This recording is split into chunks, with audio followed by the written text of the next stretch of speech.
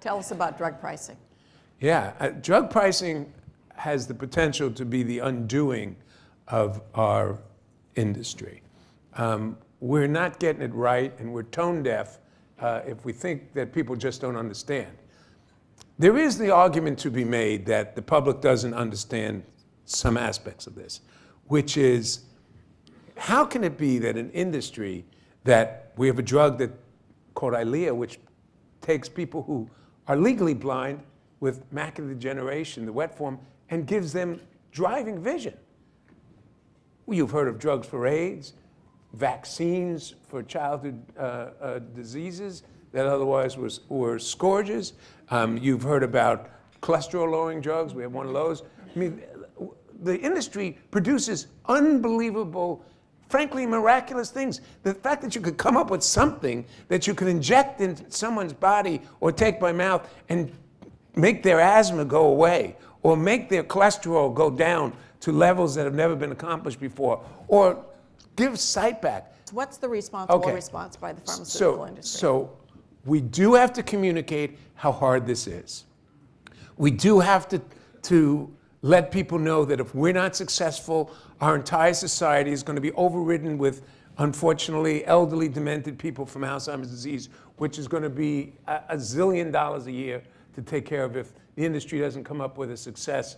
And that's just one example. Diabetes, heart disease, these are things we really, not to mention the next thing that comes along, whether it's Ebola. We stepped up and came up, we actually have something that worked with, we got something very quickly, although the Ebola went away. But it'll come back.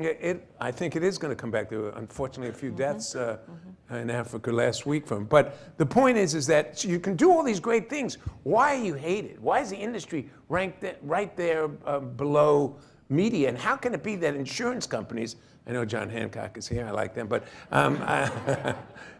how can it be insurance companies are now loved?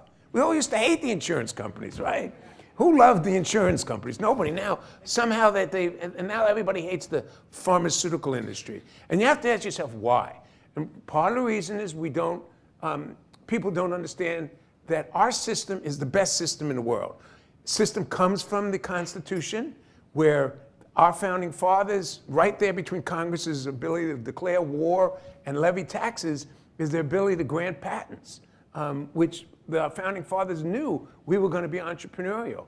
Lincoln, our only president that ever actually got a patent, he didn't make any money on it because he didn't commercialize it, but Lincoln said that patents are the fuel of interest for the fire of genius.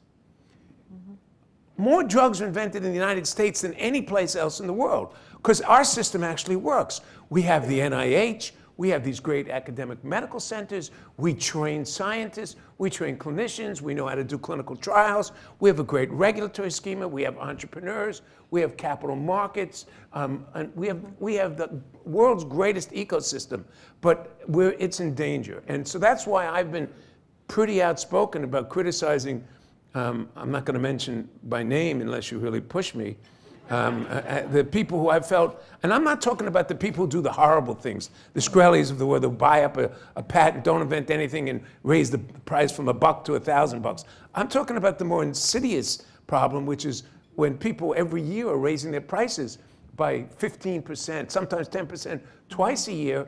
That's where we start to, we get in trouble. And we have to stop doing that. And we have to start pricing our drugs.